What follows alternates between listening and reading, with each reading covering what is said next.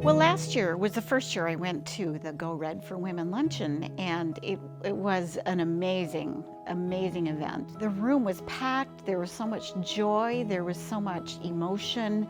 It was such a powerful experience, and I heard these stories of women survivors who'd had incredible experiences and gone through unbelievable challenges as they dealt with their heart issues. And I remember thinking to myself, oh my gosh, I can't imagine what it would be like to go through that, because, you know, I'm fine. Everything's checked out fine. I've got great blood pressure, and I go in for my checkups, and I walk, and my weight's pretty well managed, and my cholesterol's great. And I sat there feeling really smug.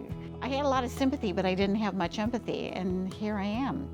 It's a year later, and now I'm part of the club.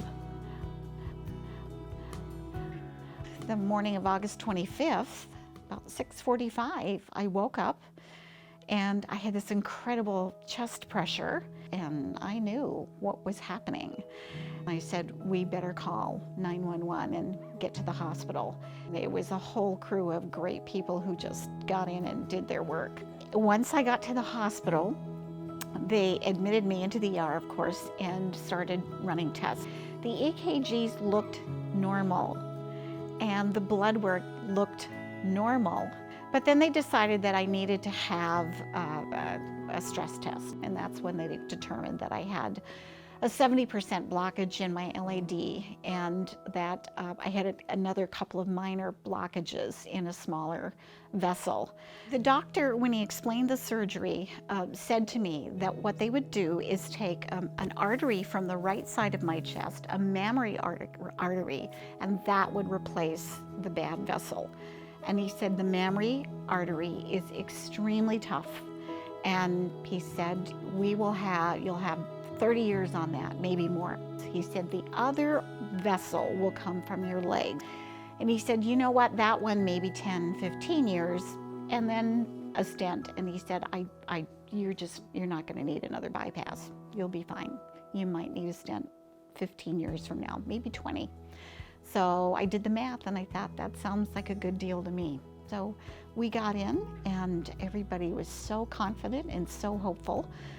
I had such great care from top to bottom, and so I went in feeling very, very, very hopeful. I'm blessed with a family that's very, very good under pressure, so especially my boys and my husband all kicked in with planning and coordinating and deciding who's doing what. One of the things I did when I had moments was I wanted to chart the things that were happening, because I really wanted to remember what it was like, not only physically, but mentally. I do have just a couple of little details here about being dizziness. This was Thursday, August 31st. So it's only about a week after I got home. So I'm getting some moments of dizziness when I switch positions, and I have to be careful about moving slowly enough to let my body adjust. I'm doing 5-minute walks in the house. My heart pounds when I finish, and it takes time for it to settle down. It's a very eerie sensation. My patron saint is my husband, David, who just was unwavering in his support for me and his care and concern, and was with me every step of the way. He did everything you would expect someone to do who actually made a commitment to you in sickness and in health. I've written in my journal many times, he's my angel, he's my best friend. You do everything you can for your loved one. I mean, that's sort of what a marriage should be like anyway. But as Cindy said before, it has brought us closer together. It just makes you value the other person more. We don't take each other for granted.